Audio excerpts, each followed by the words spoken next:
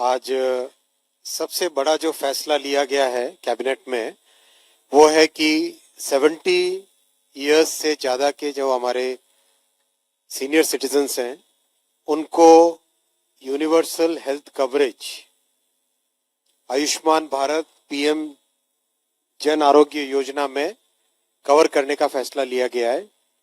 ये बहुत बड़ा फैसला है। इस फैसले में एक बड़ी मानवतावादी सोच है, बहुत ही एक ह्यूमैनिटेरियन थिंकिंग है और माननीय प्रधानमंत्री श्री नरेंद्र मोदी जी ने जो कमिटमेंट दिया था वो कमिटमेंट आज डिलीवर किया है, उस कमिटमेंट को फुलफिल किया है।